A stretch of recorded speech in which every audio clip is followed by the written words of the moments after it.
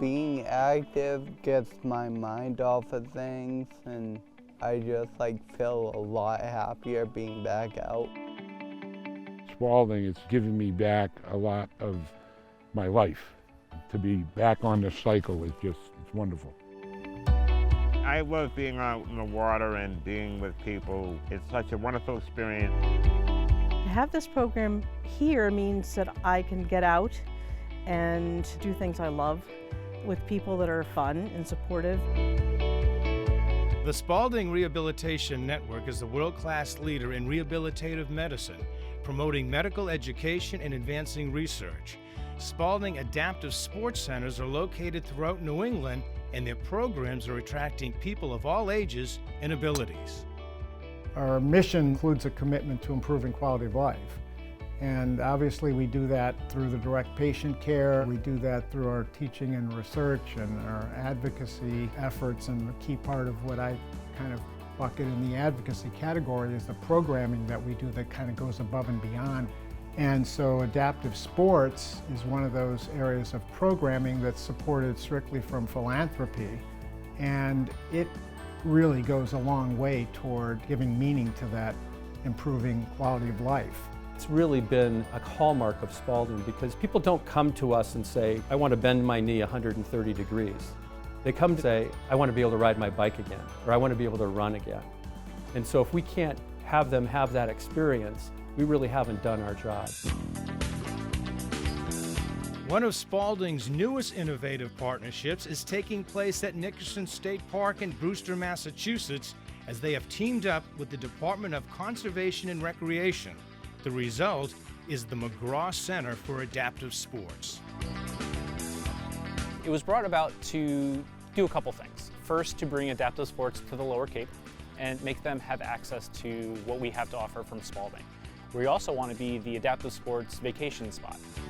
We feel like it's really important for folks to be able to get outside, to enjoy our park's rich resources. And programs like this make that possible by providing hands-on support and the recreation equipment. Down you go.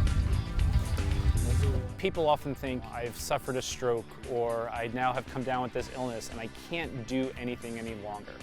We provide them with the ability to go out for a ride with their family or to go paddling for relaxation. For somebody like me who loves to be active, just trying to connect with people, to find out about programs like this, it has helped me push myself more. For Sister Angela from Orleans, Mass., the McGraw Center is right in her neighborhood. I had my stroke back in 2014 and went to Spaulding for my rehab. And then my doctor told me about this program a few years ago. And I hesitated the first year because I wasn't sure I really wanted to be that vigorous. But second year I came, and I absolutely love it. I mean, how else am I going to get that much exercise? I can't walk that well. It's not like I can do aerobics. I can't easily walking. I can do it on a stationary bike, but Lord, why not be outside doing it?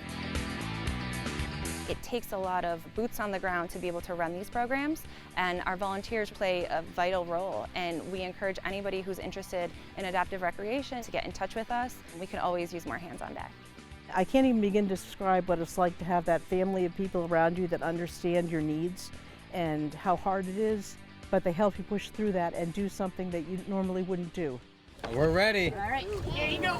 Thank you. Before all this, I used to do a lot of water sports, and I thought I could never do it again once I got diagnosed, and it just feels great being back on the water.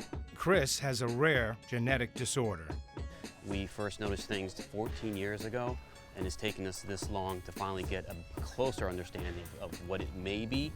It's ataxia with peripheral neuropathy. It is progressive, but it's a very, very slow progression. He does have a balance issue. He has lost gradually the feelings in the tip of his fingers, and he walked into high school on a pair of crutches, and he rolled out in graduation in a wheelchair.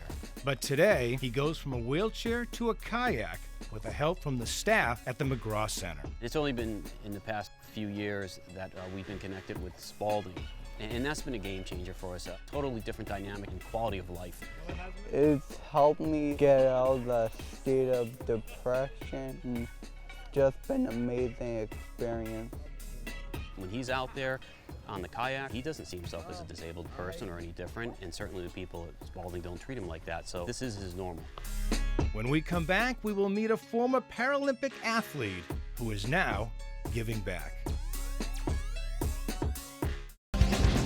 Well, he's in front at the moment, but he's got to maintain his composure as he comes down to the line. There's the time to beat the Canadian. That was Chris Devlin Young in 2002, a two-time Paralympic champion in alpine skiing. My career of high hopes of 30 years was cut short by an airplane crash up in Alaska. It left me paralyzed and with the need to do something new, and adaptive sports filled that need for me, like it does for a lot of people. Today, you are more likely to see Chris on a bike rather than on the slopes. Chris's experiences are astounding. A military background, very rigid, and he's had to learn to adapt to his new lifestyle. Adaptive sports has given me not just the strength to continue every day and live with this new body, but it's given me a community, it's given me friends, it's given me purpose, and it's given me exceptionally good health. And he is giving back. Chris volunteers at the McGraw Center in Brewster, passing on his knowledge of adaptive sports. He's motivating, he's engaging, and his knowledge of sport and interaction with people are very unique. Every sport that I play now and do and participate now, some way or another I'd watched or participated in before my disability. However, now everything I do needs some sort of adaptive equipment, and that's where programs like Spaulding Adaptive Sports come in and bring those adaptations and the knowledge of how to use them. Adaptive sports can open up new worlds for disabled athletes, but they can also return athletes to the sports they once loved. I was an avid bicyclist. I used to do the Pear Mass Challenge every year. I did it with my two sons. I got to dance forward. Dance forward. It was a passion that I had for biking and cycling, and love to be on the bike. I had a routine laminectomy back in 2013, and they had a problem with delay of care, and I ended up with a hematoma on my spinal cord, which left me a paraplegic. For Al, his life change was devastating. Friends of mine had been doing a bike ride back and forth here, and they got some literature, and they brought it to me, and the rest is history. I was one of the first to participate in this program. He still does today, and it has brought him full circle. I actually did an abbreviated Pear Mass Challenge last year. It was a 25-mile ride, and that was fun. When I first came here, it was tough to even get into the bike, and I didn't think at that point that I'd be able to do these things again. My favorite part about being in Nickerson State Park and the McGraw Center is seeing people take what we have to offer and applying it to their own lives. And I want to see them riding up and down this rail trail, not part of our program anymore. I want to see them waving as they go by and saying, hey, look at me now. Getting out on the bike again, feeling the wind on your face, doing it with people of like mind, it's just a wonderful program. When we come back on Celebrity Spotlight Series, we'll visit a Spaulding outpatient center, bringing new conditioning ideas to the game of golf. You hear it all the time. We hear the stories of Spaulding. That's where my mother recovered from her stroke. But we do so much more than that. We really only see about 4,000 inpatients each year, but we see over 50,000 outpatients. And most of those outpatients, they're people like you or me that shoveled snow and injured their back, or raked leaves, or tweaked an ankle. Spaulding outpatient centers can be found throughout the New England area. Many have programs focused on specific sports. With Spaulding's Golf Strong program, trained professionals are providing physical therapy and treating golf injuries in unique ways. We really look at the patient as a whole.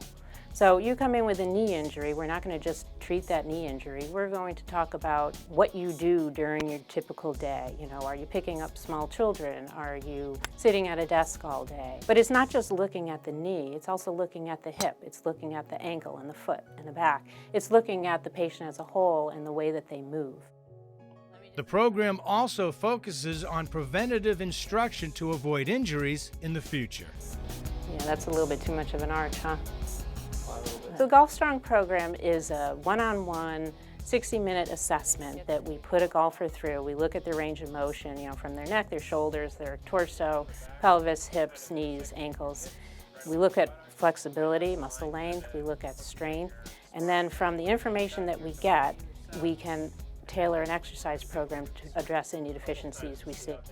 If you're a golfer and you're coming for an injury, I would encourage you to participate in the program after we rehab your injury. But the Golf Strong program specifically is for healthy golfers looking to either improve their swing or avoid injury. All the physical therapists have also been trained at the Titleist Performance Institute. We'll take specific measurements for range of motion, specific measurements for strength in certain muscle regions to get a baseline and then reassess on a regular basis. We look for that dissociation within the golf swing from the pelvis moving separate from the trunk. It's something that you can really only see if you break down those movements, and that's what we do through the Titleist program. Many of the people that come to the center are typical weekend golfers. I'm a CPA, so I do taxes and financial statements. I sit at a desk and then I go out and try and hit the links with my bad posture and everything that comes involved with the desk job. My first injury for golf was actually pulling the ball out of the hole. It was embarrassing and it was painful at the time too. I was worried that I wasn't going to be able to play again for at least some time, so the thought of not being able to go on the weekend and play the links, it was tough. The number one thing that I see that most recreational golfers do not do, but could probably save them a lot of pain and injury, is some type of dynamic warm-up. I added a couple things to my pre-game stretching, and I did some of the exercises outside of Spaulding as well because they were pretty simple and they emailed me a whole program, and it's definitely helped my golf game. The doctors and physical therapists can help correct motions in your swing, but they are not golf pros. They are not there to teach the game. We look at the golf swing here by video, but we don't address changes in the golf swing. That's the pros' job. The other thing the pros are really good at, and this is a really important piece of it, is that they will fit you to golf clubs. The worst thing you can do is play with golf clubs that don't fit you. We can definitely analyze the swing to the point where we can find where the breakdown is. And if we don't find it in analyzing the swing because we're not certified teaching professionals, we're going to find it in the movement screen. I'm 59 years old, so the flexibility goes. And I could see there's certain things that keep on happening on the golf course. I said, maybe it's physical. So I went to see Tim, and since then I could just feel a little more torque, a little looser. I think I'm getting a little more distance. I'm a lawyer and I sit in my seat all day. So I could just tell now I can loosen up the hip, which is going to be really important because I know if I don't turn, the ball's going a certain way. So if I can turn back and get through the ball, it's not something physical that's holding me back. It's just I'm a bad golfer. Every Wednesday night here at Spaulding in Malden, we have a golf strength and conditioning program. This is a program where we'll get you exercising, get you moving, and then you can take what you learn in that program and do it at your gym or at home to keep yourself healthy. I've been able to play every round since I came to Spaulding, and even shot my low score last Saturday, which I'm very happy about. Stay with us. Next on Celebrity Spotlight Series, we go to Warrior Arena to check out Spaulding's sled hockey program.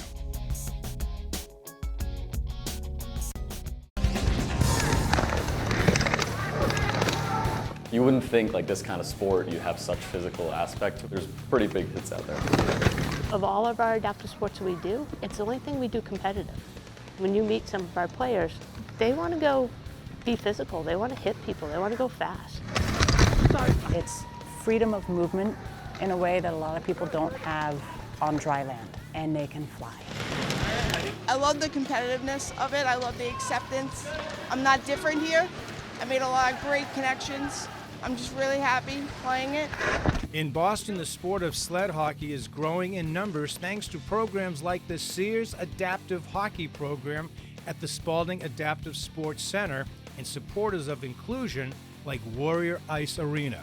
Warrior Ice Arena creates opportunities both on and off the ice. We have a very affordable rate for schools to be able to come in here, tour the facility, skate if they wish to, but then also making sure that people with all different abilities can find a way to utilize the ice. working with this facility and obviously with the Bruins organization can be a draw to bring new people in.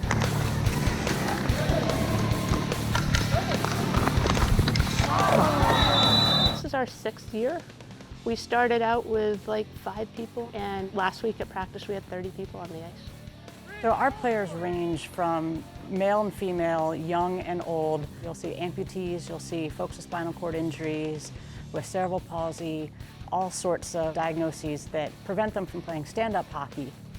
If they are more just on the recreational, I want to get out, get some experience, get some exercise, they can come to our community hockey. And then if they're interested in a more competitive version of hockey, they can try out for the team and come play and practice and get some very strong coaching. The sport of sled hockey is not an easy one to play. You're using 2 sticks, you're getting the power from your shot, not from your legs and your trunk, so you really have to have a high level of skill to maintain your balance. People don't realize we don't use our arms to get around. And you hop on the ice and your arms are tanked in about 5 minutes. I was born with cerebral palsy, and I tried out for teams in schools and never made them. And then I walked into the hockey rink one day to try out sled hockey at 33 years old, and I've been doing it ever since. The setup was really hard for me because my amputations are so high. Getting a bucket to work was a challenge.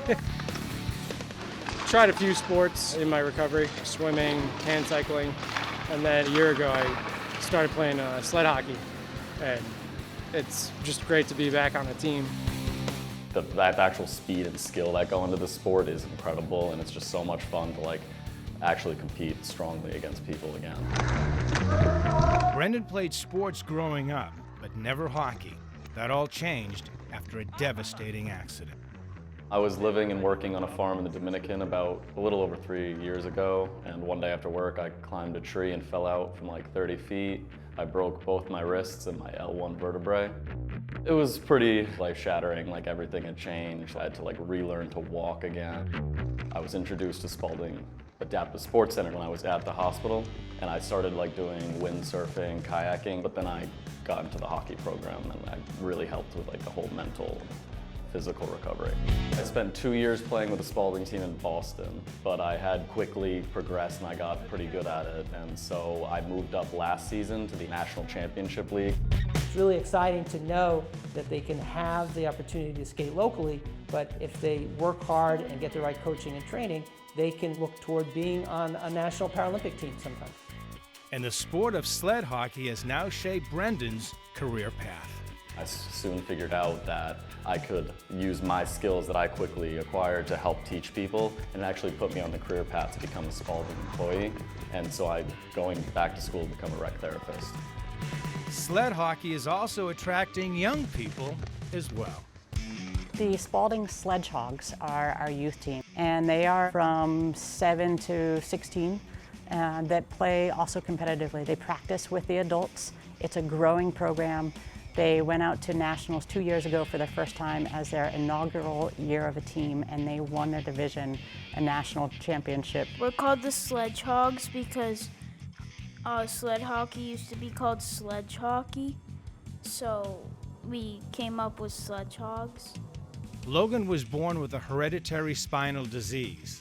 He's looking to follow the path of his older brother Owen, who has the same affliction and has excelled at several adaptive sports. Come on, Logan, keep pushing. Jeff, don't take that. I watched some of the Paralympics on TV, and I saw that people were playing sled hockey, and it looked really cool.